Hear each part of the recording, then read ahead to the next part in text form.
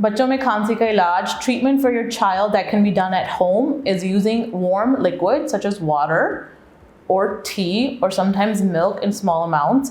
If your child is over 1 year old, using honey warmed up or sometimes giving them steam to open up their sinuses, and also you can give them normal saline in nebulizations or inhalers if instructed by your pediatrician.